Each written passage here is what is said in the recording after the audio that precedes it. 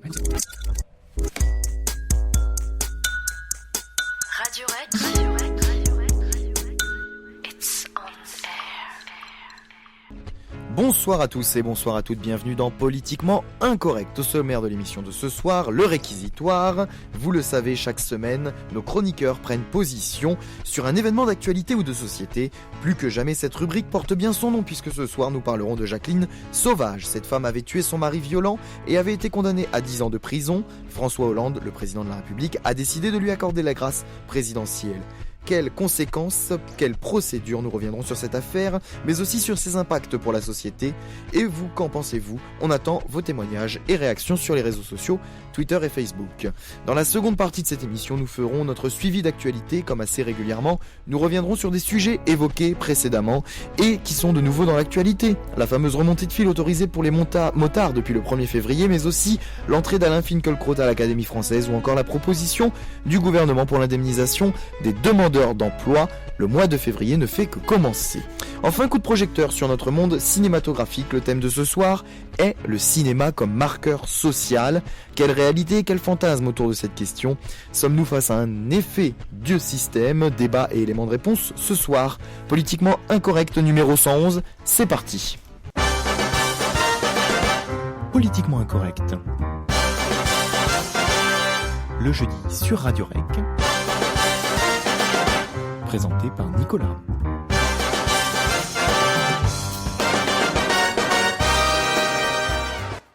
Et nous sommes présents ce soir pour une nouvelle émission. Messieurs, bonsoir. Bonsoir Nelson. Bonsoir Nico. Bonsoir Marc. Bonsoir. Et bonsoir Baptiste. Bonsoir. Comme d'habitude, nous serons assistés dans cette émission par Olivia qui gère notre communication interne au studio et c'est un élément très important. Un jour peut-être interviendra-t-elle directement à l'antenne ou peut-être ce soir pour défendre un point de vue. Je m'excuse au préalable pour cette voix un petit peu chancelante ce soir. Voilà, c'est le mois de février, on n'y peut rien, c'est la période de... Non, pas de gastro. J'étais sûr que tu allais me la sortir, mais non, pas de gastro, mais voilà. La voix, elle, est sortie de mon corps et voilà, elle revient, mais tout va bien. Messieurs, nous allons commencer avec notre premier sujet de ce soir. Nous allons nous demander, nous allons nous poser des questions sur la grâce présidentielle de Jacqueline Sauvage. On y vient tout de suite.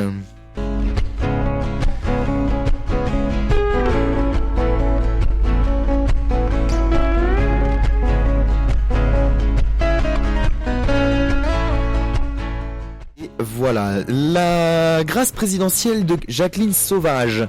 On rappelle le contexte de cette grâce présidentielle. François Hollande a le pouvoir en tant que président de la République de gracier les personnes qui le souhaitent. Quelque chose pour lequel d'ailleurs le président de la République n'est pas spécialement pour à la base. Et il a un petit peu surpris, la demande était faite, mais en graciant cette femme, Jacqueline Sauvage, qui a été accusée, qui a tué son mari avec préméditation parce que celui-ci était violent et effectivement la femme âgée aujourd'hui de 68 ans normalement était tout simplement condamnée à faire 10 ans de prison.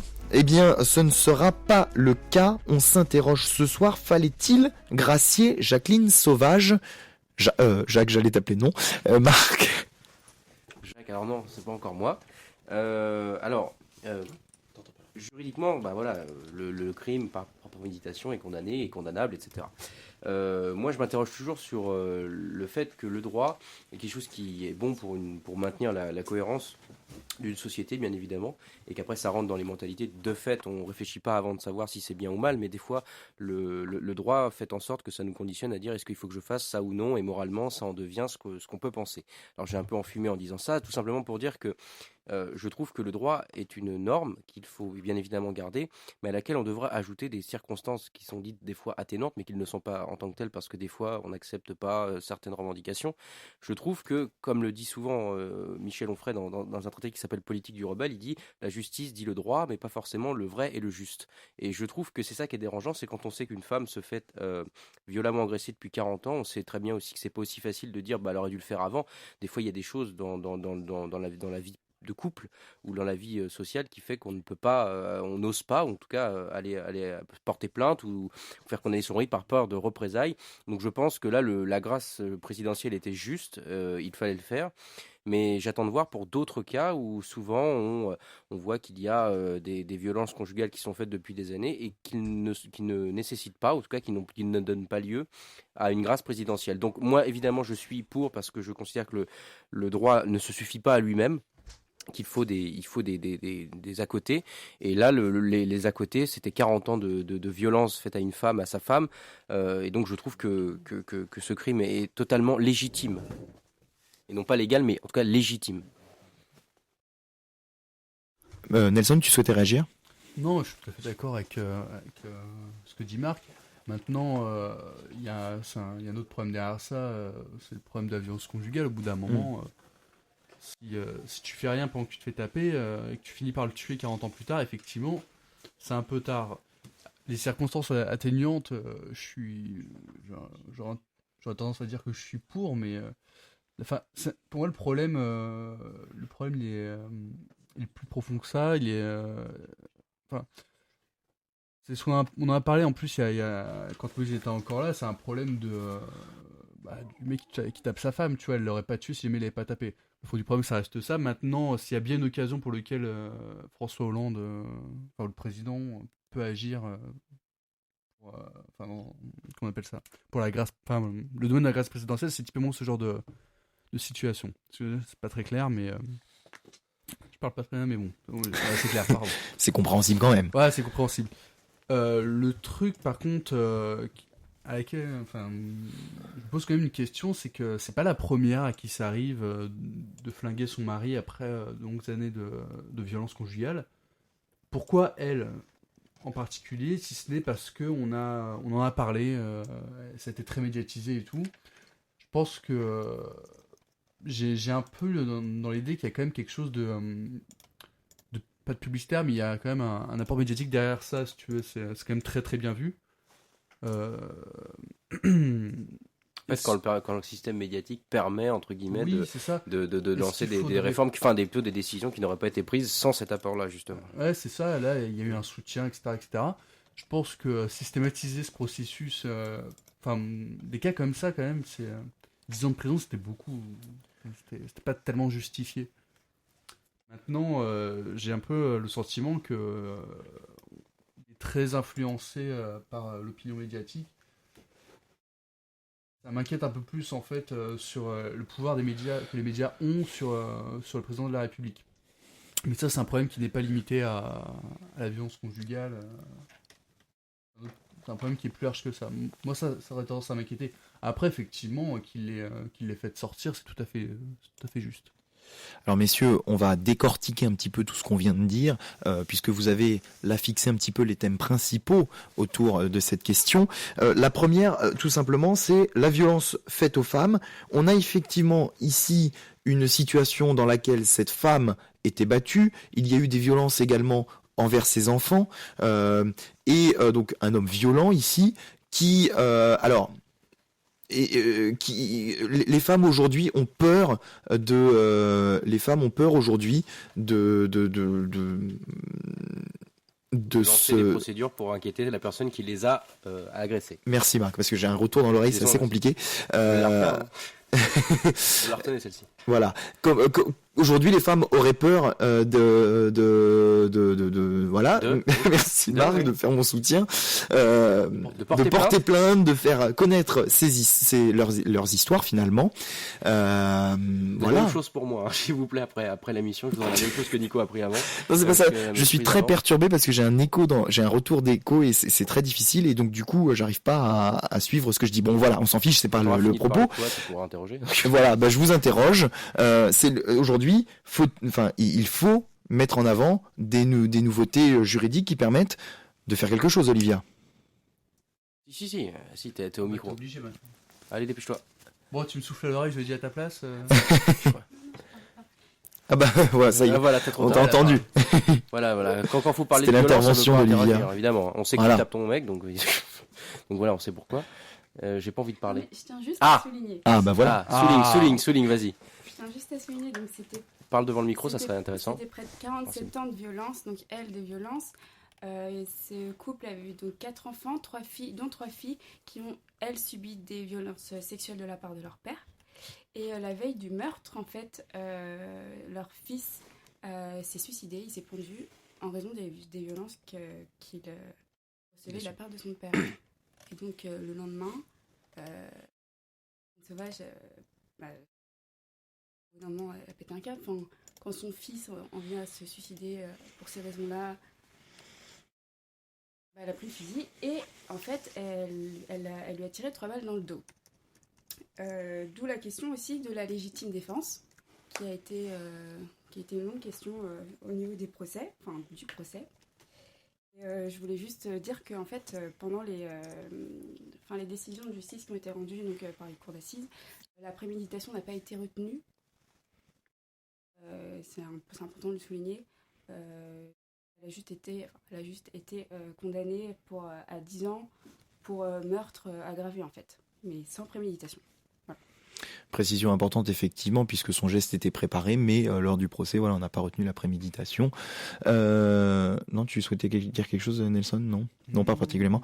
Donc, effectivement, revenons à cette question de la violence faite aux femmes dans la société d'aujourd'hui. On sait, via ce cas, on a là l'analyse de quelqu'un qui est à bout, qui ne se sent certainement pas soutenu par sa société ou qui se sent pris au piège et qui en vient à tuer son mari finalement. Et je voulais aussi souligner qu'en fait, ils se sont rencontrés très jeunes et il l'a, lui, complètement en fait, isolé de sa famille. Donc elle était totalement seule et à plusieurs reprises, elle avait essayé de partir et sous les menaces de son mari, en fait, elle est revenue. Et en fait, c'est une... On appelle ça le culte des coupables innocents. Oui. Voilà. Nelson qui se demande où brancher le cas. Il n'y a pas de prise. C'est pas grave, je vais m'en occuper, Nelson, merci. Oui, donc, pardon, excusez-nous, vraiment un début laborieux, excusez-nous auprès de nos auditeurs, on a des... 2. Bon, attends, 3, on 4. va faire l'émission sans toi, fais ton truc. Oui, alors, Jacqueline Sauvage, je voudrais t'interroger, Baptiste, justement, sur de quoi on pensait de cette affaire. Oui, non, mais comme tu le disais tout à l'heure, effectivement, c'est bien aussi de comparer la justice et d'ailleurs, en même temps, tout ce qui est plutôt moral. C'est-à-dire que son acte, au final, de ce qu'elle a fait, de tuer son mari, légitime défense ou non, c'est moralement justifié, on va dire. C'est moralement justifié, voilà, tout le monde va comprendre au final.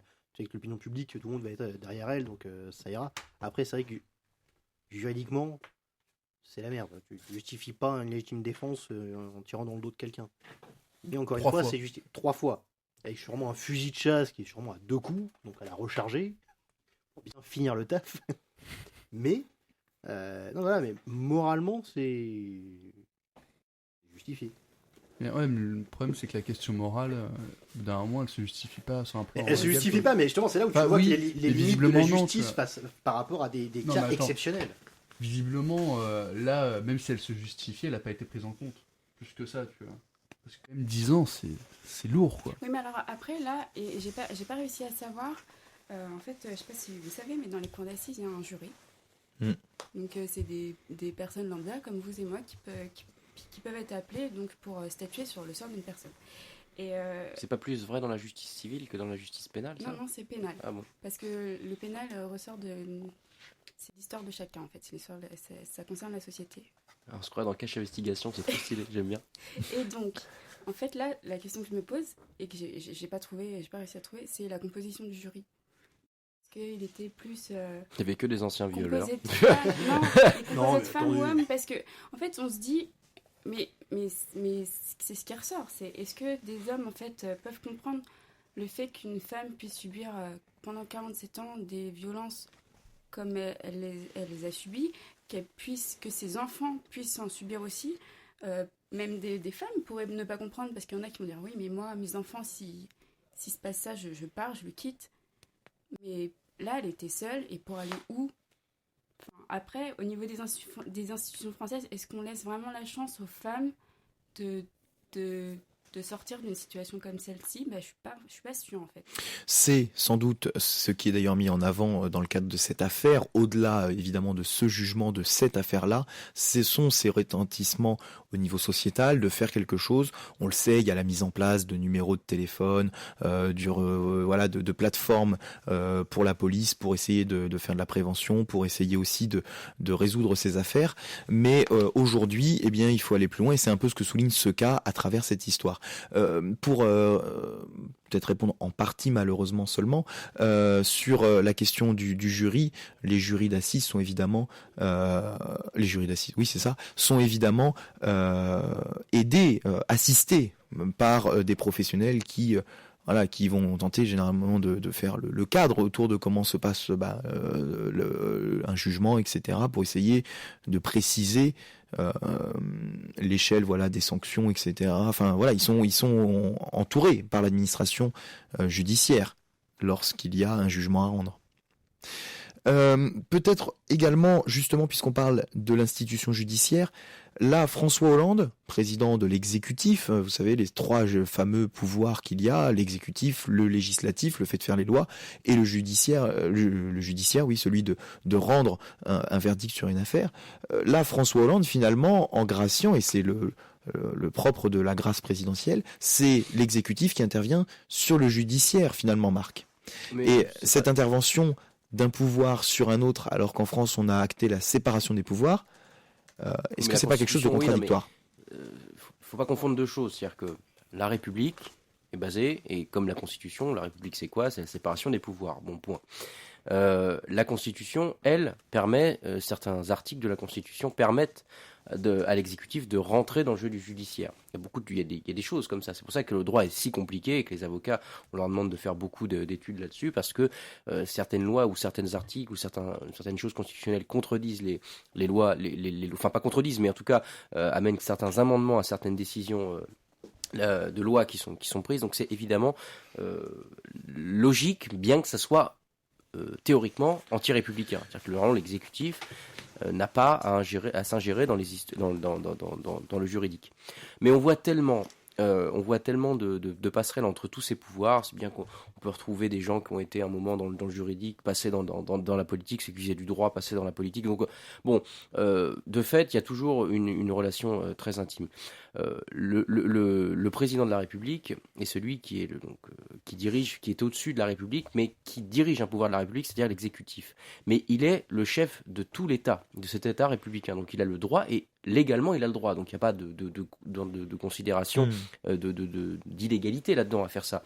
C'est juste que d'un point de vue, c'est vrai, tu as raison, d'un point de vue purement politique et purement théorique, le chef de l'État n'a pas à empiéter les affaires du juridique, comme certains articles de la Constitution d'ailleurs, qui permettent au président de la République d'aller outre les décisions du Parlement, d'aller outre ça en raison de certaines choses, certains actes, certaines situations qui pourraient légitimer, et non pas rendre légal, mais légitimer, c'est la différence entre l'illégal et l'illégitime, comme disait Sartre, qui peut légitimer un acte qui, de fait, n'était pas légal. Donc c'est tout à fait logique dans le système dans lequel on est. Olivia. Nelson Olivia, séparez-vous. Je veux juste dire que la grâce du président Hollande, elle est pas entière, elle est juste conditionnelle, elle est partielle. C'est-à-dire qu'il ne remet pas du tout en cause la condamnation. La condamnation qui a été donc énoncée par les juges pénaux. Et c'est en ça aussi que la séparation des pouvoirs, elle est assurée. Et le jugement reste le même, c'est la peine finalement qui est... Non, alors la peine en fait reste la même, c'est juste que en fait Jacqueline Sauvage a la possibilité de demander une libération conditionnelle, donc qui se fait devant un juge. Et, avec en fait l'assentiment du président de la République, quoi. Oui, voilà. Avec elle aura pour possibilité de quitter la prison, donc mi-mai ou mi-avril, je sais plus trop. Et après, au niveau du juge, ce qu'on peut dire, c'est qu'il y a eu un tel engouement sociétal et pas non plus que médiatique. Enfin, je veux dire, les pétitions qui ont été faites en soutien de Jacqueline Sauvage, elles ont été faites spontanément et par la société. C'était pas du tout les avocates qui les ont demandées. Après, les députés s'en sont mêlés aussi. Et le juge, enfin, je pense que le juge ne peut pas, de toute façon, ne pas accorder de libération conditionnelle à Jacqueline Sauvage. Ce serait vraiment très très malvenu de sa part. Je vais juste répondre. Ouais, pour compléter ce qu'Olivia disait, pour être très précis, c'est sa peine d'emprisonnement donc a été rapportée à 2 ans et 4 mois au lieu des 10 ans. Voilà, c'est ça qui est en cause, enfin qui est mis en avant dans le cadre de cette liberté conditionnelle dont tu parlais. Nelson. Ouais, non, je suis pas d'accord avec ce que tu dis quand tu parles de sociétal et médiatique. C'est-à-dire que c'est un truc à double tranchant, surtout, enfin, qui va dans les deux sens. C'est-à-dire que la société influence les médias et surtout les médias influencent la société. C'est-à-dire que si les médias n'avaient pas parlé de cette affaire à l'époque, la société n'aurait jamais créé des pétitions. Et si on n'avait pas créé des pétitions, les médias n'en auraient jamais parlé. Sachant qu'avec les réseaux sociaux, effectivement, la société a beaucoup plus de pouvoir sur les médias. Mais ça reste un rapport à double sens, si tu veux. Mais les arrêts, enfin les jugements qui ont été prononcés, le premier, il n'était pas du tout médiatique. Il y avait peut-être que 2 journalistes dans l'Assemblée parmi les... Oui, mais il n'y en avait que 2, mais ils en ont parlé. Mais non, c'est pas un sujet qui intéresse vraiment les gens. Enfin, c'est... Non. Quand même. Attends, mais depuis combien de temps le nombre de femmes qui meurent sous les coups de leur mari, il est juste affreux en France. On n'en a pas parlé, mais là, ils en ont parlé, visiblement. Mais on en parle souvent, quand même. Il y a même des campagnes qui sont faites. Et... Oui, mais pour un cas précis, si tu veux.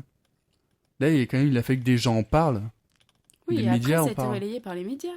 Mais c'est pas les médias qui ont... Non, mais il a bien fait que les médias en parlent. Tu vois, c'est pas un connard qui était là au tribunal qui s'est dit tiens, je vais faire une pétition et tout, c'est dégueulasse. Je suis d'accord.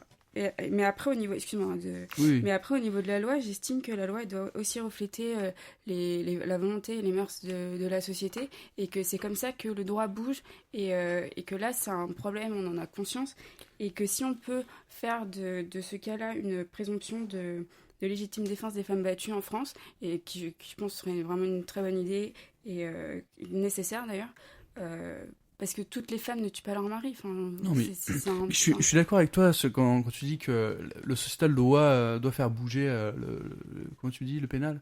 Enfin, le truc, c'est que là, en l'occurrence, il a fallu attendre qu'il y ait un engouement énorme pour que Hollande décide d'accorder sa grâce présidentielle.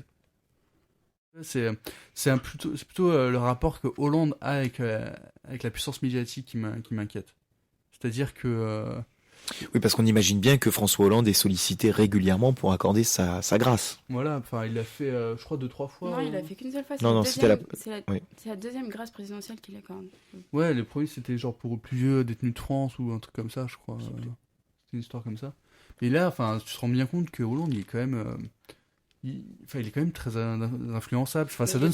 C'est pas qu'il l'est, tu vois, c'est que ça donne quand même un peu cette impression-là. Mais c'est pas que médiatique, mais même au niveau de ses députés. Enfin, les députés, ils ont eux-mêmes fait une autre pétition.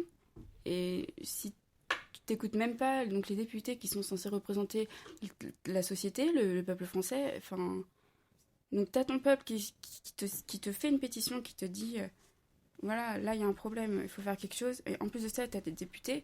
Si t'écoutes personne, enfin, évidemment, si t'écoutes personne, évidemment. Mais là, le truc, c'est que comment ça se fait que il attend que tout le monde gueule pour le faire? Si jamais c'était vraiment important pour lui, il l'aurait peut-être fait avant, tu vois. Mais quand ça va l'intéresser, c'est juste. Regarde, il y a un exemple qui me vient en tête. Vous dites, oui, il aurait dû évidemment prendre en compte ça, évidemment. Mais ça l'intéresse parce que Hollande, enfin, c'est très bien. Mais enfin, j'aime pas faire de la politique politicienne, mais il sait très bien que ça va être bien vu. Regardez, on est en train de dire, c'est super ce qu'il a fait, etc. Après, on peut toujours émettre des réserves en disant, oui, c'est vrai que on en parle que là et que peut-être il y a d'autres cas comme celui-ci qui n'ont pas été traités de la même façon, avec la même grâce entre guillemets. Mais moi, je remarque par exemple l'exemple du mariage pour tous, où les gens aussi là se sont levés, ont été dans les rues, et ça n'a pas été pris en compte. Alors c'est pas question de dire c'est pour ou c'est contre. Moi j'étais pour, mais je dis juste que là, on n'a pas écouté non plus, il n'y a même pas eu de décision de dire est-ce qu'on peut faire quelque chose pour voir si la majorité de la population est contre ou pour, etc. Il n'y a pas eu de chose faite. C'est juste que c'est purement de la communication. C'est-à-dire que Hollande sait très bien qu'une mesure comme ça peut qu'améliorer son image, et que s'il avait fait marche arrière sur le mariage pour tous, ça l'aurait complètement décrédibilisé. Alors je suis désolé, les médias influencent et la communication, les médias et la communication, ça va ensemble, ça influence tout. ça influence tout. Comme je dis souvent, les médias avant commentaient une actualité, aujourd'hui ils font l'actualité. C'est-à-dire que c'est eux-mêmes qui créent de l'actualité, alors qu'avant l'actualité se suffisait à elle-même et qu'on arrivait à la commenter, je veux dire, de la manière la plus neutre. Contrairement aujourd'hui où maintenant on sait très bien qu'il y a des journaux de gauche, des journaux de droite, et qu'avant le Nouvel Observateur qui aujourd'hui est très de gauche, il y avait des gens de tout horizon, comme Libération il y avait une grande intelligence, et comme le Figaro, enfin tout est pareil, ça a changé de propriétaire, il y a des logiques de vouloir créer, avant de faire du bon commentaire, de faire le buzz ou faire justement de l'argent avec ça, donc ils sont dans une relation où il faut à la fois avoir un contenu, je veux dire, cohérent et à la fois surtout le vendre. Donc on peut pas commenter ça de manière intelligente. Je veux dire, là, la discussion qu'on a en ce moment, personne ne l'a fait alors que c'est quand même des questions de base qu'on pourrait avoir sur iTélé ou sur BFM TV. Je ne critique pas ces chaînes-là en particulier, mais je dis c'est quand même quelque chose de simple à penser. Regardez, on est tous là dans cette table, on s'interroge en tant que citoyen, et ça n'est pas fait. Et comme sur le mariage pour tous, il y en avait qui étaient pour, étaient contre, mais la vraie intelligence serait de voir, c'est oui ou non. Parlons-en sans étiquette aucune, et voyons ce qu'on peut dire là-dessus. Et ça n'est jamais fait. Évidemment que c'est jamais fait parce que il y a Baptiste après toi, Nelson, qui voudra intervenir. Non, mais c'est super intéressant en fait le débat sur l'influence des médias. Ça me faisait penser justement à ce qui se passe un peu sur les réseaux sociaux, sur Twitter et compagnie, avec la série documentaire Making a Murderer sur Netflix. Je sais pas si vous l'avez vu, c'est un documentaire sur une affaire en fait d'un mec qui a été accusé d'un crime. Et en fait, le documentaire est, on pourra jamais vérifier en fait s'il est complètement objectif, si tu veux. Mais en fait, le documentaire est fait où tu as l'impression que tous les flics sont pourris dans le sens où ils ont manipulé complètement les pièces à conviction et l'histoire complète. Ce qui fait qu'aujourd'hui, le documentaire est sorti et t'as une chier de pétitions sur les réseaux sociaux et au niveau du gouvernement américain pour que le mec soit rejugé ou qu'il soit libéré. Si tu veux, au final, c'est un peu pareil. C'est voilà, les médias s'emparent d'une histoire. Après, ils en font un peu ce qu'ils veulent aussi, quoi. Même si le truc est un peu, j'allais dire insignifiant, mais là dans l'histoire, non, c'est un mot plus général, mais dans cette histoire, ça aurait pu être une histoire qui passe inaperçue, un peu comme les autres, mais là non, voilà, quelqu'un s'est accaparé de l'histoire. Oui, à la base c'est un fait divers. Voilà, c'est peut-être pas un fait divers, mais bon. Si, c'est un fait divers, ça passe dans les faits divers de la télé.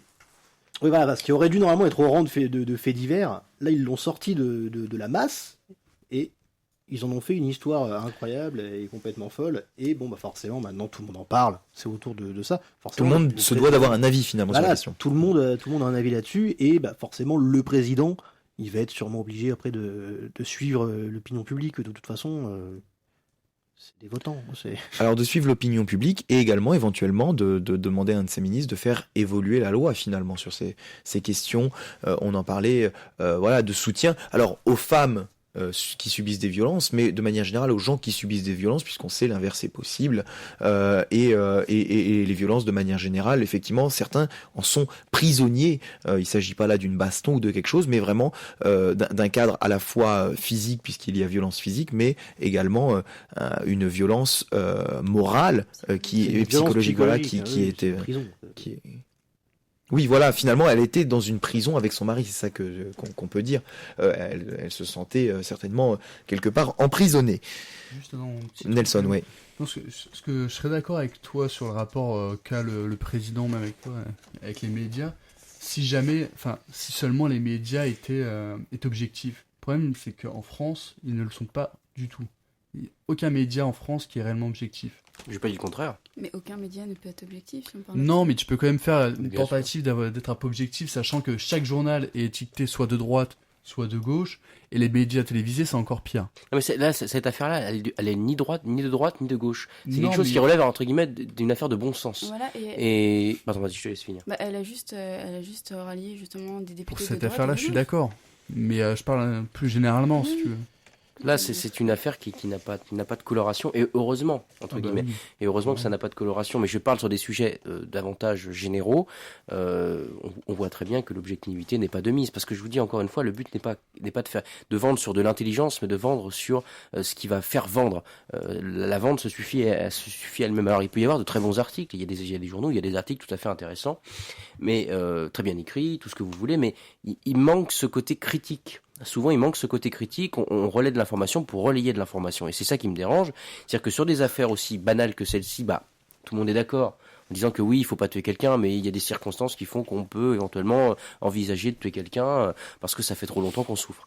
Sur des sujets beaucoup plus profonds, il y a vraiment un manque de cohérence totale, parce que quand on voit qu'aujourd'hui ceux qui sont inventés à des paroles et des actes ou des trucs comme ça, ce sont soit des journalistes de gauche, de droite, etc., et qu'en fait l'intelligence n'est pas de mise, parce que ils jouent un peu le jeu des politiques en disant, vous voyez, oui, mais sous le gouvernement de machin c'était pire, après mais non c'était mieux. Enfin, on a l'impression d'une espèce de cours de jeu. Celui qui arrivera au bout le plus rapidement, c'est un peu la course à l'échalote pour avoir le plus de résonance. Et moi ça me dérange, c'est-à-dire que je ne lis plus ça parce que ça ne m'intéresse pas. Je préfère m'intéresser. Et je pense que là, ce qu'on fait politiquement correct, c'est pas le fait de donner notre émission, mais c'est le fait de pouvoir débattre librement comme ça, en mettant des avis, etc. En rappelant que ce soir Nicolas Sarkozy est à Des paroles et des actes, puisque tu citais cette émission. Ah, je savais pas. Voilà. Je savais pas. Pour ceux que ça intéresse, après notre émission évidemment, puisque la nôtre est beaucoup plus intéressante.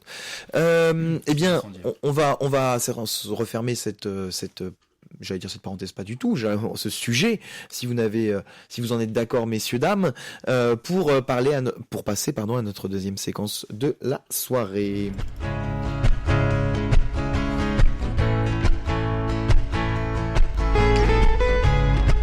Deuxième séquence, ce soir, nous allons effectivement parler de l'actualité. Je vous le disais, je vous l'annonçais en sommaire de cette émission, nous allons revenir sur différentes actualités que nous avons développées ces derniers temps et sur lesquelles il y a eu bien des choses à redire. Petite parenthèse, pour commencer, messieurs, nous parlions il y a quelques semaines de la sécurité routière avec cette proposition de loi d'un député de faire descendre un petit peu les condamnations en cas de faible excès de vitesse. Nous avions parlé à ce moment-là de la remontée de fil des motards et on avait eu un petit débat là-dessus. On va pas refaire le débat bien évidemment, juste signaler qu'à l'époque nous avons tenu un débat en disant que les motards faisaient un peu n'importe quoi. On a tempéré avec la sécurité en disant qu'effectivement ils ont besoin aussi d'être beaucoup plus attentifs à la sécurité et donc parfois de protester. Petite information, ce n'est que depuis le 1er février 2016 que les motards ont l'autorisation de faire des remontées de fil. C'est une expérimentation qui est menée en ce moment. Et rappelons qu'ils n'ont pas le droit de dépasser la vitesse de 50 km/h.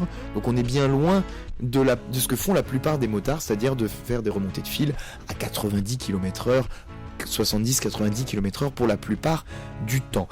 Voilà pour ce complément d'information. Marc, Alain Finkielkraut rentre à l'Académie française. Alors là, on a fait un parallèle, c'est compliqué. Je voulais j'ajoute juste quelque chose sur les motards. Je suis pas d'accord avec. Je termine, je fais juste une petite parenthèse. Je suis pas d'accord avec toi sur le fait qu'ils doublent à 80-90. Quand les voitures sont arrêtées, le bon sens va, à part pour certains, bien évidemment, mais. On parle pas forcément de l'arrêt, hein. Ça peut être à vitesse réduite. Quand les voitures sont arrêtées, l'intelligence veut, et c'est souvent le cas, que ça soit autour de 40, 50, voire des fois 60. Bon. Mais il y a bien évidemment ceux qui roulent beaucoup plus. Mais bon, ça, je trouve que t'as un peu généralisé. Non, tu dis que tu n'es pas d'accord avec moi, on va pas reprendre un débat là-dessus. Juste préciser que j'ai fait le test depuis lundi, puisque lundi on était le premier et que cette information est sortie dans la presse. Depuis lundi, j'ai fait le test. Je dirais que la moitié des motards qui font des remontées de fil, puisque la moitié des motards qui font des remontées de fil de manière générale sont de toute façon des gens qui bourrinent, eh bien la moitié est au-delà des 50 km/h. J'ai fait le test depuis lundi sur les différentes routes d'Île-de-France, on est à plus de 50 km/h, c'est tout. Voilà, oui, ça s'arrête là. Tu peux remettre en cause ce que je dis, je t'informe simplement que j'ai fait le test moi-même et que je ne dis pas là des paroles en l'air, c'est tout. Non, mais tu dis la plupart, donc ça veut dire quoi la plupart, ça veut dire plus de 50%, voilà. Bah non, moi je te dis que non, moi je suis sûr que non.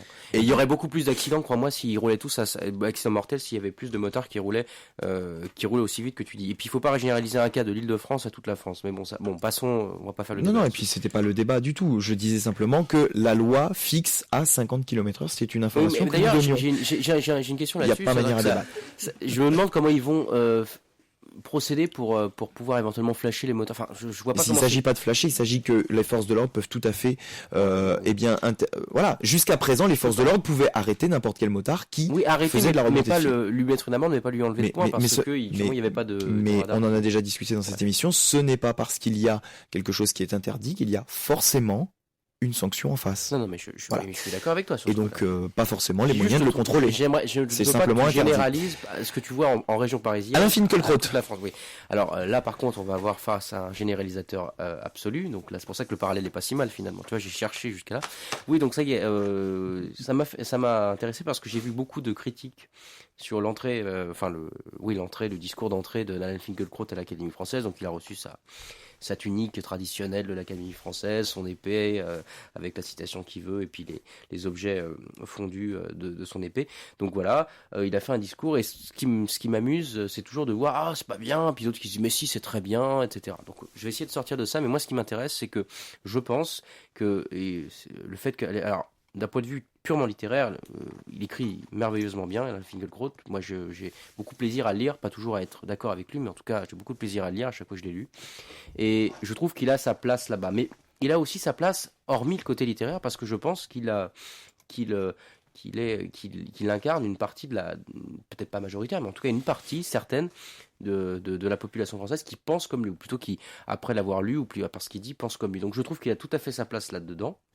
Et que je regrette qu'on le traite facilement de collabo. En plus, ils ont fait des parallèles avec le fait que il est sur le siège de Marceau, donc c'est un personnage historique qui a été taxé d'être dans la collaboration, etc. Donc lui, ils ont retourné le truc, c'est pas très intelligent, d'autant que s'il est petit-fils de déporté. Donc je trouve pas ça, le parallèle très intelligent. Je m'en fous, mais je trouve pas ça intelligent. Et je trouve que contrairement à ce qu'on dit, moi je trouve que en tant qu'il représente au même titre que Éric Zemmour dans une moindre mesure, bien moindre mesure d'ailleurs, incarne une certaine idée que certains Français se font de la France et de la société française. Je trouve qu'il a totalement sa place, et d'un point de vue littéraire aussi, et surtout d'un point de vue littéraire, il a tout à fait sa place. Donc je regrette que ça soit non, c'est pas bien, c'est un fasciste, c'est ceci, c'est cela. Je trouve que l'intelligence est vraiment très basse en ce moment et depuis très longtemps. Et en tout cas ce qu'on voit dans la communication, dans les médias, je trouve que le niveau est très bas. Alors peut-être que les médias s'efforcent de trouver des gens qui sont pour et des gens qui sont contre. En fait, j'ai l'impression qu'ils cherchent un petit peu les nuls du système en disant ouais, non, c'est mieux, puis là, c'est pas mieux. Enfin, je trouve ça un petit peu dommage. Il y a quelques analyses qui sont bonnes, mais on ne les voit pas souvent, et voilà, je regrette que le niveau soit aussi bas. On aura le débat sur, je dis pour pas que nos auditeurs pensent qu'on a zappé ce débat, puisque tu parlais là d'intelligence. On aura le débat évidemment sur les modifications orthographiques dans une prochaine émission, vous le savez, puisqu'effectivement, eh bien à la rentrée prochaine, en 2016, à la rentrée 2016, eh bien les enfants à l'école apprendront de nouvelles orthographes pour certains mots qui seront tolérés ou acceptés de manière plus générale. On y reviendra, ça fait un tollé en ce moment sur les réseaux sociaux, on laisse le tollé passer, on en reparlera. Autre information, puisqu'on parlait il y a quelques semaines de Pôle emploi, du travail, de l'évolution du travail, le gouvernement propose depuis cette semaine d'indemniser de moins en moins le chômage, c'est-à-dire durant la période d'indemnisation qui est aujourd'hui de 2 ans, que l'indemnisation des chômeurs, des demandeurs d'emploi soit dégressive. Qu'en pensez-vous de cette notion qui pourrait être éventuellement mise en œuvre dans les prochaines semaines de la part du gouvernement? Nelson, Marc? Oui, écoutez, pourquoi pas. Si t'as rien à dire, je peux parler. Pourquoi pas dégressive? Enfin, faudrait que les gens puissent trouver du travail à côté. C'est évidemment le principal reproche fait à cette mesure. On dit d'abord trouver du travail pour les gens et ensuite amusez-vous à faire un truc dégressif qui permette à tout le monde de vouloir retrouver un travail, puisqu'on sous-entend derrière cette réforme finalement qu'il y a des chômeurs qui veulent être chômeurs, ce qui est le cas. Il y en a une partie, mais voilà, on peut pas évidemment la quantifier. Enfin bon, j'ai fait un peu mon gaucho et tout, mais ça donne quand même un peu une image de dire ouais, les pauvres ils veulent rester, ils veulent pas travailler, c'est pour ça qu'ils sont pauvres. Alors du coup, pour les forcer à bosser, on va leur niquer leur salaire, enfin leur paye, parce que du coup c'est pas un salaire, on va leur indemnisation, comme ça ils seront obligés de travailler. Bande de feignants. Je trouve qu'il y a quand même un discours qui est comme ça derrière. Je crois pas qu'on puisse se permettre aujourd'hui de le faire. J'en suis désolé. Si on avait du travail plus facilement, ouais, pourquoi pas. Mais là, je vois assez mal comment on peut en arriver. Par contre, je sais pas du tout qui a proposé ça. Excuse-moi, Nico. C'est le gouvernement. Non, mais qui au gouvernement hein Ah, tu me laisses chercher pendant que Marc répond. Voilà. Je te réponds. Ça m'intéresserait. De toute façon, c'est pas grave, c'est toujours porté par quelqu'un, mais comme tu Bah, disais de toute façon, derrière, c'est c'est toujours lui, porté par un gouvernement. Donc à la limite, Si c'est le gouvernement, c'est Manuel Valls qui est derrière ça, évidemment. Et voilà, de manière représentative, c'est Valls. Moi, j'aime ces sujets m'intéressent, mais ils sont très difficiles à traiter dans la mesure où on va très vite tomber dans des discussions de bistrot. C'est ça. Et c'est ça le gros problème, parce que vous avez le fait de dire qu'il y a, en gros, je résume, il y a des branleurs d'un côté, il y en a qui cherchent vraiment du travail, et puis au milieu, on ne sait pas trop ce qu'il y a. Je pense que les deux versions sont justes. Je pense qu'on peut trouver, alors évidemment, c'est pas quantifiable ou majorable un côté comme de l'autre, donc c'est très difficile de parler de ça, mais j'ai envie de dire quelque chose, c'est que aujourd'hui, on voit très bien, il y a un vrai problème de fond, c'est-à-dire que là, en fait, on est en train de colmater une brèche. On est en train de mettre un pansement, mais pas de permettre la cicatrisation. C'est-à-dire que y a un problème de base qui est le fait d'avoir poussé beaucoup de monde à faire des choses parce qu'il fallait faire ça pour trouver du travail. Et comme, évidemment, il y a eu un effet de foule, beaucoup de gens se sont mis à faire ceci et cela au lieu de chercher au lieu de chercher une formation qui allait forcément déboucher sur un travail. Et ça, c'est le problème de fond, et on en a déjà parlé, entre les filières manuelles, les filières intellectuelles et toutes les filières économiques, etc. Donc là, il y a vraiment un problème de fond. Pour ce qui est du chômage, il y a aussi un problème au niveau des entreprises. Des entreprises qui, aujourd'hui, regroupent beaucoup de postes en un seul pour éviter des surplombes de salaire. C'est-à-dire qu'aujourd'hui, ceux qui travaillent de plus en plus. En tout cas, enfin, certains travaillent de plus en plus. C'est-à-dire qu'avant, il y avait peut-être, je sais pas, des assistants DRH, il y en avait peut-être, je sais pas, 2-3, et aujourd'hui, on va en trouver une, où il y avait que la DRH. Comme les comptables, avant, il y avait un directeur comptable et 2-3 comptables. Aujourd'hui, il y a un comptable et un directeur comptable. Donc, il y a aussi beaucoup d'effets où l'entreprise, dans ce système libéral, fait que il doit regrouper ses charges. Et du coup, ces charges, je parle aussi des salaires. Donc ça, c'est la première chose. Donc, il n'y a pas de création d'emplois. Il y a aussi le problème de délocalisation, du fait qu'aujourd'hui, on produit plus à l'étranger, dans manuel, qu'autre chose. Donc ça, c'est encore un autre problème. Et puis, le problème aussi, c'est de voir si cette mesure, je suis intéressé pour qu'elle soit mise en œuvre, pour voir si, 5 ans après, il y a vraiment eu une baisse substantielle des chômeurs. C'est-à-dire que, à toute proportion gardée, c'est-à-dire qu'au même chiffrage de demandeurs d'emploi, aux mêmes demandes d'emploi, aux mêmes entreprises qui cherchent du boulot, aux postes qui sont vacants, si avec cette mesure-là, au bout de 5 ans, il va y avoir moins de chômeurs. Là, si le taux de chômage se réduit, alors oui, on aura peut-être que les bons chômeurs, entre guillemets. Si ça continue à augmenter, je me pose la question de l'utilité de cette réforme. Olivia ? Oui, il y a aussi un problème à Pôle emploi qui n'est pas du tout efficace aussi. Il faudrait peut-être le réformer. Sinon, mais clairement. C'est ce qu'on disait lors de la chronique la dernière fois. Non, mais c'est pas pour. Oui, c'est ce qu'on disait, donc on est tout à fait d'accord, c'est ça que je veux dire. Il n'y a pas que. Du coup, j'ai coupé. Je sais plus ce que je voulais dire. Mais. Pas que les problèmes que je soulevais, c'est ça que tu voulais dire. Voilà, il y a également ça. C'est pas non plus que les entreprises qui veulent diminuer leur J'ai pas dit que ça. de salariés. Non mais je prends ça parce que c'est ce qui me parle le plus. C'est pas le cas. Il y a aussi certaines entreprises qui recherchent des salariés mais qui en trouvent pas. Et là, c'est toute la question aussi. Il y a toute une question sur le fait d'aider en fait les chercheurs. Les personnes en recherche d'un emploi au niveau régional et plus local, et en fait on s'aperçoit que ça marche beaucoup plus parce que leur travail est plus effectif, on y arrive mieux que Pôle emploi. Alors effectivement, aujourd'hui les gens trouvent du travail non pas par Pôle emploi mais par d'autres moyens. Pôle emploi sert de plateforme finalement. Justement, ce qui motive cela, cette réforme envisagée, c'est tout simplement la Cour des comptes, pour répondre à Marc qui demandait l'origine un petit peu de cette initiative. Pardon Nelson. C'est la Cour des comptes qui a fait un nouveau bilan au mois de janvier et qui a épinglé l'UNEDIC, bien sûr, parce que les exercices sont déficitaires. C'est très logique puisqu'il y a de plus en plus de chômage, notamment depuis la crise de 2008. Autre information, lundi prochain, les employés de Pôle emploi de 3 régions seront en grève pour dénoncer les conditions d'accueil. On vient de dire effectivement Pôle emploi qui vient de se réformer, qui vient de réformer un peu son accueil, et finalement c'est de pire en pire, se dit-il. Bon, Pôle emploi vient de changer au 1er février, donc on va voir comment ça évolue. Et puis dernière information là-dessus qui est liée, c'est que Pôle emploi généralise définitivement l'inscription en ligne, c'est-à-dire de manière dématérialisée, sans présence physique, avant de rencontrer un conseiller quelques semaines après. Marc. Je voulais revenir sur le cas de Pôle emploi. Parce que quand je dis que je suis pas d'accord, enfin c'est pas que je suis pas d'accord. Quand j'émets certaines réserves, quand on dit oui, Pôle emploi fait mal son travail, patati patata, encore une fois, j'aime pas généraliser, mais c'est vrai que au vu des expériences que j'ai autour de moi, c'est vrai que c'est plutôt compliqué.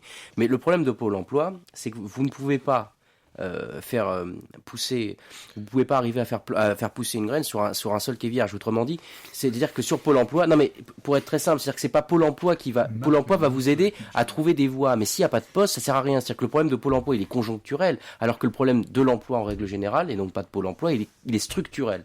Donc vous n'allez pas aller faire pousser des pêches sur un palmier. C'est aussi stupide. Non mais c'est aussi stupide que ça. Donc le problème de Pôle emploi, c'est un grand marronnier à chaque fois. On dit Pôle emploi, Pôle emploi, Pôle emploi. Moi, j'ai personne qui travaille à Pôle emploi, donc je m'en fous. Et donc je parle d'autant plus librement que je dis que Pôle emploi fait ce qu'il peut avec ce qu'il a. Parce que Pôle emploi, c'est quoi? C'est une espèce de plateforme qui pourrait éventuellement envoyer les gens vers ci, vers ça, vers ci. S'il n'y a pas de demande, si votre formation vous tamponne, je sais pas, tourneur, mécanicien, je sais pas moi, ingénieur, etc. Si les demandes ça va concerner l'agriculture, qu'est-ce que vous allez foutre? Vous n'allez pas devenir agriculteur du jour au lendemain. Donc je veux bien qu'il y ait des formations pour les métiers du métier du tertiaire, qu'il y ait certaines formations, mais il y a des fois il y a des formations, un cursus universitaire ou d'école ou autre, qui fait que vous ne pouvez pas aller sur certains postes. Comme je vous dis toujours, à chaque fois qu'on cherche de l'emploi, c'est toujours les métiers manuels et les comptables, souvent, que je trouve, et les commerciaux, parce que les commerciaux, il y en aura toujours besoin. Donc voilà, et le problème, c'est qu'aujourd'hui, il y a des commerciaux, d'accord, mais ça change vite, donc c'est pour ça que ça demande. La comptabilité, il y a eu une baisse, c'est très précis, il y a eu une baisse, ça a été en un temps, parce que c'était le bac G, à l'époque, qui, d'ailleurs, une chanson de comment il s'appelle, on s'en fout, celui qui a chanté France, je sais plus comment il s'appelle, Sardou. Ça s'appelle le bac G d'ailleurs, en référence à ça, qui disait que le bac G, voilà, c'était un bac à bon marché dans un lycée poubelle, et à l'époque ça a été très mal vu de faire de la comptabilité, c'est-à-dire qu'aujourd'hui on a une carence de comptables. Et pour les métiers manuels c'est pareil, il y a eu la grande période 1980 et toutes les réformes universitaires engagées par François Mitterrand, qui a fait quoi? Qui a fait qu'il a ouvert les portes de l'université en disant faites des études, et du coup tout le monde s'est mis là-dedans, en oubliant les filières manuelles, et aujourd'hui c'est là où il y a de la demande. Donc, Pôle emploi, je veux bien, mais c'est conjoncturel. Le problème de l'emploi en règle générale, il est structurel et il a au moins 40 ans. Donc je veux bien, mais le problème de Pôle emploi, c'est mineur comparé au problème qui est beaucoup plus global. Et oui, rappelons que Sardou a fait une chanson sur le bac G et que Jean-Michel Jarre en a fait une sur le point G. Voilà, bon. Tu me laisses Pardon. Autre actualité du mois de février, de ce début de mois de février, ce sont les modifications des tarifs du gaz qui sont en diminution. Ce sont différentes actualités habituelles. Voilà, le prix du gaz, il arrête pas de bouger, Marc. Ah bah oui, mais c'est toujours comme ça. De toute façon, les problèmes des ressources comme le gaz ou autre, mais pourquoi vous vous marrez? Non, rien. Mais j'improvise surtout, moi je suis comme ça. Non, le problème, je parle vraiment des ressources, du problème des prix du gaz, c'est-à-dire que là, le fait est que les ressources aujourd'hui il y en a beaucoup, et que ça marche beaucoup sur la production et la consommation. Autrement dit, c'est peut-être bête ce que je vais vous dire, mais je vais pas faire d'exemple avec les palmiers et les pêches, je vais oublier de faire ça, mais le prix du gaz varie au même titre qu'a varié en son temps le prix de l'électricité et autres. C'est toujours comme ça. De toute façon, ces matières sont par définition des matières qui sont influençables par les coûts qu'elles supportent. Donc c'est tout à fait logique. D'autant plus qu'aujourd'hui, on est sur une transition qui veut plus ou moins nous faire passer du gaz vers l'électricité. Donc c'est logique. C'est comme le prix du gasoil, si vous voulez. Le diesel augmente parce que on dit faut pas que les gens achètent du diesel, faut qu'ils passent à l'essence, donc on va augmenter le prix pour qu'ils consomment ça. C'est pareil. C'est-à-dire qu'aujourd'hui, pendant un temps, pour les chaudières, les chaudières, on nous a dit qu'il faut faire la chaudière les chaudières à fioul, à gaz, etc. Puis aujourd'hui, on nous sort que c'était pas bon du tout. Il faut passer aux chaudières à condensation et il faut absolument adopter de l'électricité, etc. Donc, je veux bien qu'on me dise, mais c'est tout ça, encore une fois, ce truc-là est conjoncturel. Le problème est encore plus global, c'est-à-dire qu'on est dans une transition de la façon de consommer. Je ne parle pas de la transition énergétique de façon globale. Mais en tout cas, aujourd'hui, on passe dans le monde de l'électricité, et en même temps qu'on passe du monde à l'électricité, on passe dans ce truc où on dit le nucléaire c'est pas bon, patati patata. Donc c'est tout à fait logique, comme aujourd'hui le problème du pétrole, où on voit très bien qu'il y a une hausse du diesel pour que les gens passent à l'essence en même temps, et je termine là-dessus, en même temps que les voitures de fonction, c'est-à-dire que les entreprises ne peuvent pas acheter en voiture de fonction, enfin en voiture d'entreprise, des véhicules qui sont en essence. C'est pas permis. C'est-à-dire que vous êtes une entreprise, vous voulez acheter un véhicule de fonction pour un commercial ou pour vous-même. C'est interdit de l'acheter en essence. Vous devez de l'acheter en essence. Vous devez l'acheter en diesel. Et après, on nous dit, il faut pas conduire avec ça. C'est comme pour le problème des bébés. Il faut faire beaucoup de bébés. Ah, bah mince, maintenant, on peut plus payer la retraite. Donc, voilà. Donc, pour avoir une vraie analyse, il faut partir vraiment historiquement de très loin. Mais c'est très intéressant ce que tu disais là. Bon, alors parmi les autres informations que nous poste le Think Post justement, hausse des tarifs des autoroutes, ça ne surprendra personne puisque c'est le cas tous les ans. Et c'est vrai, j'ai vérifié ça, ça a augmenté de 10-20 centimes. Effectivement. Pour l'autoroute A4. 1,12% en moyenne, effectivement. C'est vérifiable. Baisse de la rémunération du PEL à l'inverse, donc voilà, les intérêts baissent. Les tarifs augmentent, ça a de quoi nourrir évidemment de nombreuses discussions sur Facebook, j'imagine, puisque les gens aiment bien faire les comparaisons de prix. Vous découvrez à l'occasion que votre tomate qui était à l'origine à 1,50 franc est passée à 16 francs si on avait gardé le franc. Enfin bref, des choses horribles que nous n'avons pas connues puisque nous sommes jeunes. Et puis dernière information que je voulais vous donner, si je la retrouve, voilà, c'est la mise. Nico, quand même. Oui, mais enfin, j'avais pas l'âge de calculer le prix de la tomate, les amis. Tu calculais pas, il y avait que le franc. T'avais pas à faire les déductions en euros. T'avais pas d'argent sur toi à l'époque. C'est ça. Si t'avais 10 francs, t'achètes des bonbons. Dernière information, donc c'est la mise en ligne d'un comparateur de frais bancaires par le gouvernement, un petit peu comme il fait pour les prix du carburant. Vous savez, vous pouvez aller sur carburant.gouv.fr pour faire votre estimation des carburants. Et bien ils font la même chose maintenant avec les frais bancaires, voilà, pour toujours plus de clarté, de transparence sur ces frais. Voilà, une dernière information. Je sais pas si elle amène à des réactions dans l'auditoire. Ça va pas changer grand chose. C'est comme le problème. C'est très bien qu'il y ait une comparateur de carburant pour le coup des bagnoles.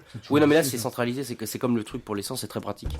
Mais ce qui est très drôle, c'est que ça n'a aucun effet. C'est-à-dire que ça va vous permettre de savoir si c'est moins cher là, etc. Ça veut pas dire que vous allez partir ou pas de votre banque ou quoi. Des fois c'est très compliqué. Et puis même les producteurs, c'est intéressant. C'est-à-dire que eux, du coup, ils sont obligés de se caler sur un truc. Ils tirent déjà les prix vers le bas. De toute façon, c'est toujours la même chose. C'est-à-dire que ce que tu vas gagner chez un, tu vas le perdre chez l'autre. Donc c'est toujours. Ils sont à peu près alignés au niveau des frais.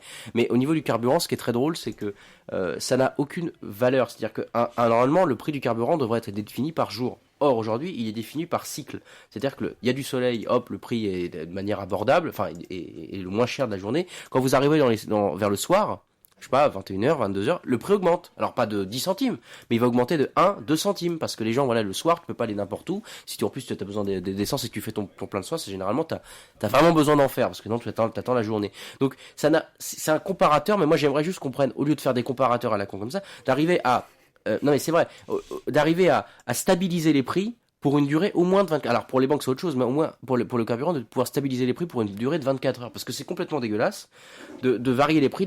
Genre que le matin vous pouvez passer, ça va être tel prix, puis le soir ça va être 3 centimes au-dessus. Pour moi c'est pas logique. Et c'est pas les cours de pétrole qui changent. Parce que ce que vous avez acheté qui est dans vos pompes, vous l'avez déjà payé. Donc vous n'allez pas dire oui les cours sont élevés, etc. Non, en plus ils sont à la baisse. Ça n'amène pas d'autres réactions. Eh bien, nous allons passer à notre dernière partie de cette émission, le coup de projecteur, le cinéma comme marqueur social ce soir.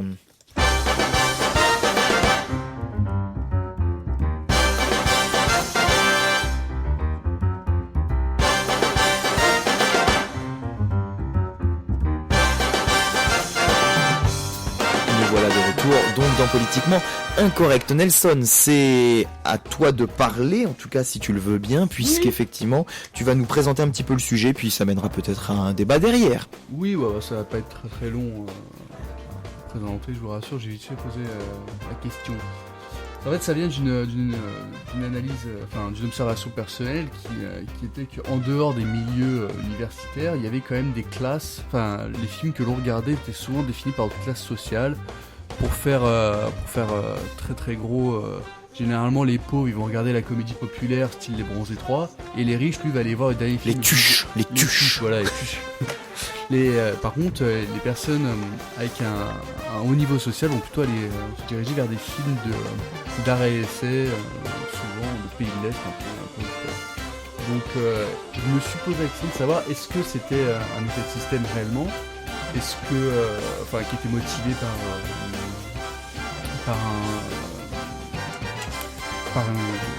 c'est-à-dire que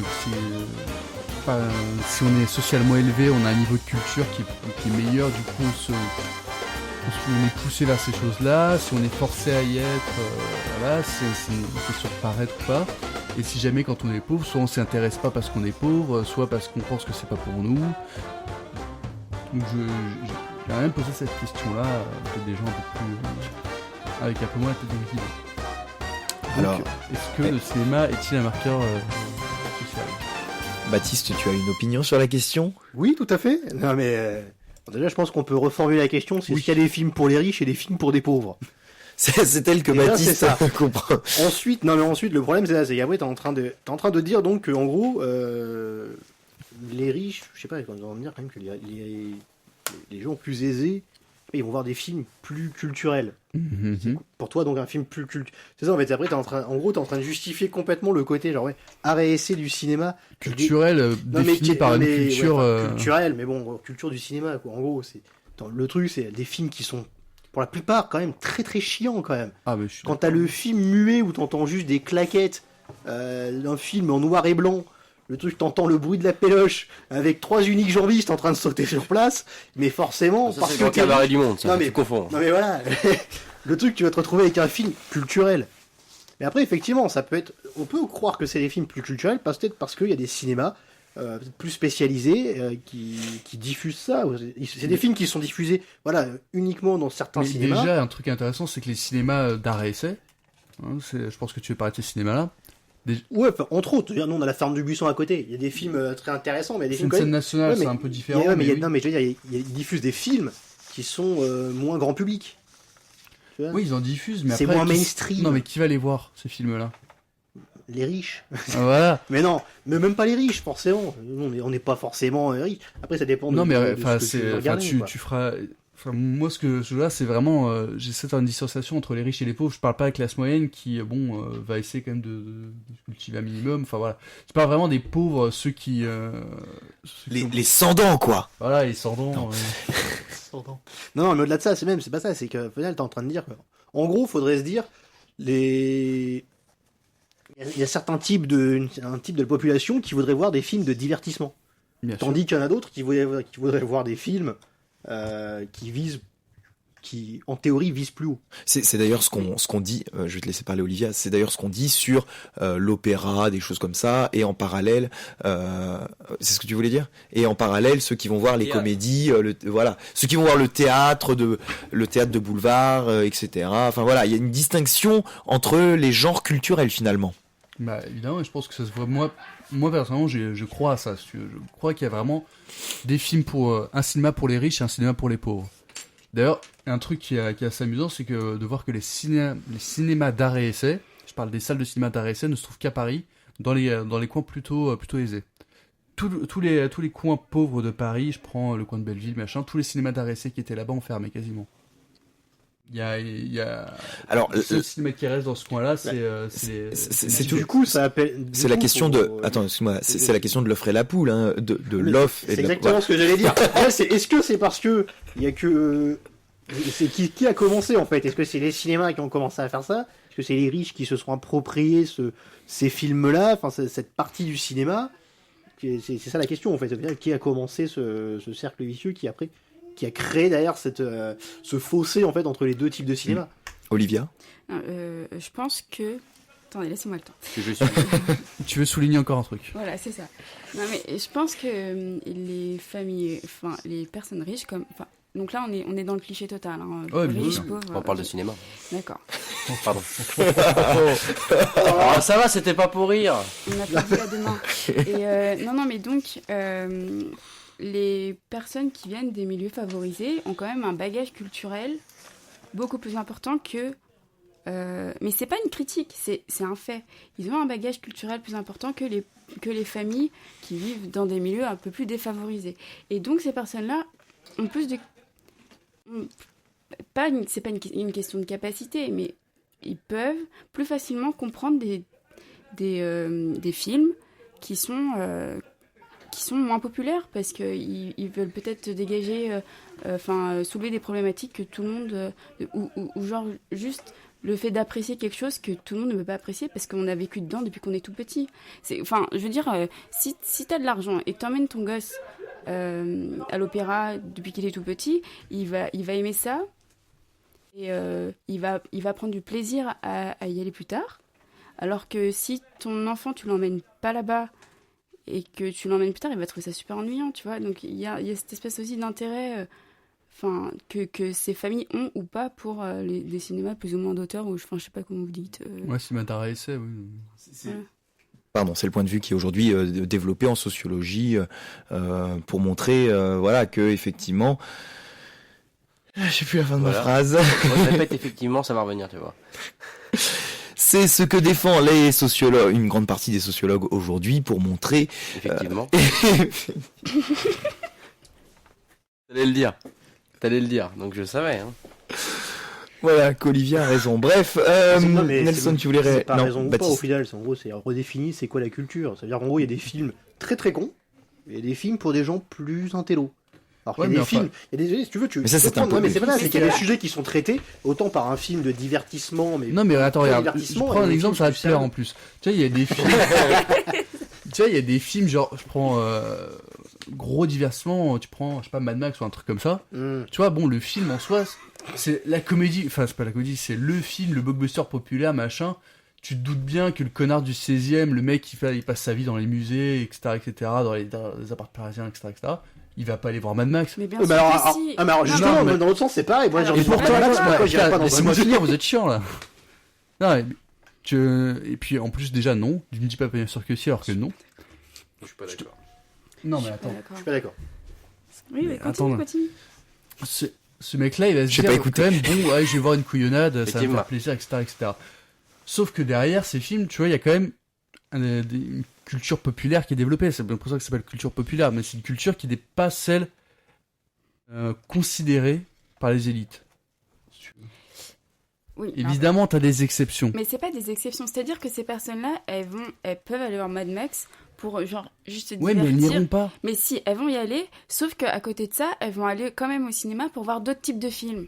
Contrairement à d'autres personnes qui vont se diriger que vers cette... Attends, je vais te prendre un exemple, tu vois. j'ai Enlève un exemple. Qui va te plaire, celui-là? Vas-y. Non, mais genre, j'ai bossé au Balzac, qui a un cinéma d'arrêt essai à Paris.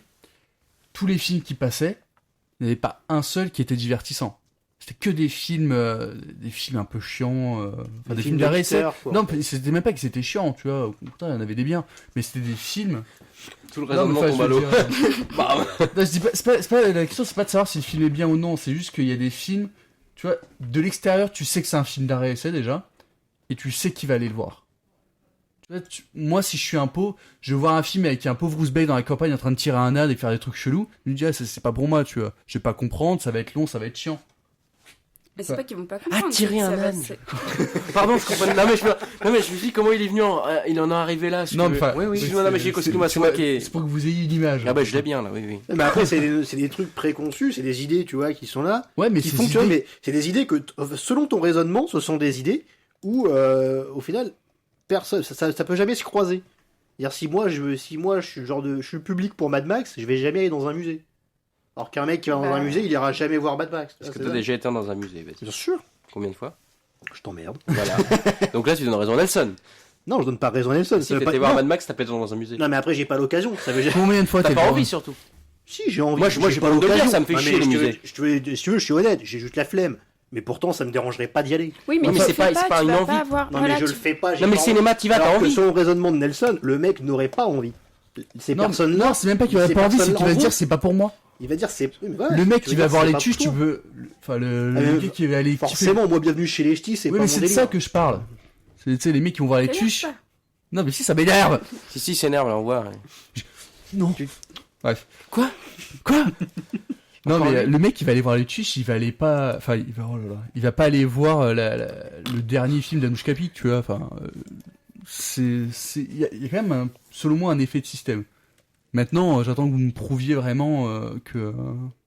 Non, mais je pense qu'il y a. Au-delà de ça, il y a sûrement un effet de système. Et en plus de ça, c'est vrai qu'à force de redire ce genre de. Non, mais c'est pas un reproche. Mais c'est effectivement, c'est à force de redire ce genre de réflexion, enfin d'idées, ça renforce le mouvement en fait. Non, mais c'est aussi... Si tu fais un film d'arrêt d'essai en essayant de le rendre plus accessible justement, à nous la en parler, populace, de on le va dire, c'est quand même dire qu'il y a un problème, si tu veux. Et je suis persuadé que derrière ça, les mecs qui font ces films, ils se disent, ouais, c'est pas pour les quatre connards, tu vois, moi je fais un film qui est intelligent, tu vois. Je suis persuadé que derrière, il y a cette sorte de violence symbolique faite justement pour Je être pense vue que par une élite. c'est volontaire en fait. Ils font un film vraiment pour une partie. Pour une partie de la société, ouais, clairement. Pour une partie de la société. Et puis ça se voit, hein, tu regardes dans les cités, jamais ils mettront un film d'arrêt-essai. Ils feront des Non, mais il y a démarches des de films très bien- sensibilisation. Il y a quand même des films très Avec bien des films faits de qui sont patrimoine. comme ça. Des films de patrimoine pour enfants, machin, etc. Mais des films vraiment pointus d'arrêt-essai, tu les verras jamais. Bah, c'est quoi pour toi la RSC aussi parce que... Bah, je sais pas. Film Parce que chiant. si c'est La pour vie voir- d'Adèle. Non mais la vie d'Adèle c'est pas de la RDC, la vie d'Adèle surtout c'est très loin d'être de la c'est un Non, blockbuster. hein, c'est un blockbuster d'auteur. Voilà. c'est- En gros, si on veut Enfin, voir des plus films ou d'auteur, moins- faut aller au festival de Cannes, quoi, c'est ça? Et encore. Et encore, ouais, non, mais t'as plein de petits festivals, machin. Faut, mais, faut aller dans vraiment les petits festoches bien Dans les relous, petites mais salles pas parisiennes. les petits festivals, pas le Les petits festival. festivals. Ouais, il allait dire les festivals. mais il y a un truc en Les plus. petits festoches de courts-métrages et d'amateurs. Dans un truc vraiment d'auteur, là, tu vas te faire chier par contre. hein. Ah. Mais moi, quelque part, faut que je parle. Non, j'ai l'impression. Alors, enfin, tu m'arrêtes pas, mais tu me diras si j'ai tort. Mais j'ai l'impression qu'on essaye de colorer quelque chose. Moi, la distinction que je fais de base, c'est que j'ai l'impression qu'il y en a dans le cinéma qui sont peut-être pas des cinéphiles, mais en tout cas ceux qui s'intéressent au cinéma et qui alors que forcément dans la majorité on va rien voir, il va dire ah mais si dans ce film tu comprends pas, il y a une réflexion sur le truc dans les films d'auteur, il y a une réflexion là-dessus, etc. T'as pas compris, etc. Moi ces gens-là me barbent. Parce que je veux bien, moi je prends beaucoup de plaisir à écouter Baptiste et Nelson, parce qu'ils expliquent les films, ils disent pourquoi selon eux c'est pas bien, c'est mal fait, parce qu'il y a des problèmes de montage, ou que le film est pas bien parce que l'acteur joue mal. Il y a des choses comme ça très intéressantes. Ou que le scénario est mal écrit. Et ça, non mais ça je l'entends et je trouve ça intelligent. Mais ceux qui me disent oui dans les films d'auteur, moi des fois le film d'auteur, je sais pas, il y a des films que je trouve chiants, je sais pas si c'est des films d'auteur, mais je les trouve chiants. Et t'en as toujours un par exemple dans les médias qui vont arriver. Oh ce film c'est une image du truc, c'est une métaphore de la beauté. Il y a des trucs qui partent dans des délires complets et ça me saoule. Et ma question est de savoir si le fait de raisonner comme ça entre ceux qui se prennent pas la tête et qui prennent le film pour ce qu'il est, c'est-à-dire un film, et ceux qui vont chercher par-delà le film ce qu'il peut y avoir, est-ce que cette différence-là, par exemple, un mec qui va me faire chier et moi, est-ce qu'il y a une différence sociale là-dessus? C'est ça, à mon avis, la question qu'il faudrait poser, c'est de savoir entre ceux qui se prennent la tête et qui voient dans des films d'auteur des choses que soi-disant nous on n'aurait pas vu parce qu'on n'est pas initié, patati patata, est-ce que je suis en face d'un riche ou d'un pauvre? Et j'ai l'impression souvent que c'est pas forcément des riches qui ont des populations aisées. Bon, après c'est difficile de faire le curseur mais en tout cas, est-ce que c'est forcément des riches qui arrivent à trouver des choses dans des films que la majorité vont trouver chiants? C'est la différence d'ailleurs entre la critique cinéma et la critique des spectateurs, souvent, où les spectateurs génial, et puis les critiques ah non c'est de la merde, patati patata. J'aimerais savoir si cette différence-là elle est économiquement fondée. Et là j'ai pas de réponse. Hein, Nelson, ceci, cela, patati patata, et etc. Puisque moi aussi je peux me foutre de ta gueule, Marc. Patata, non, peut-être. Je ne sais pas. Et il y a le voilà. Exactement.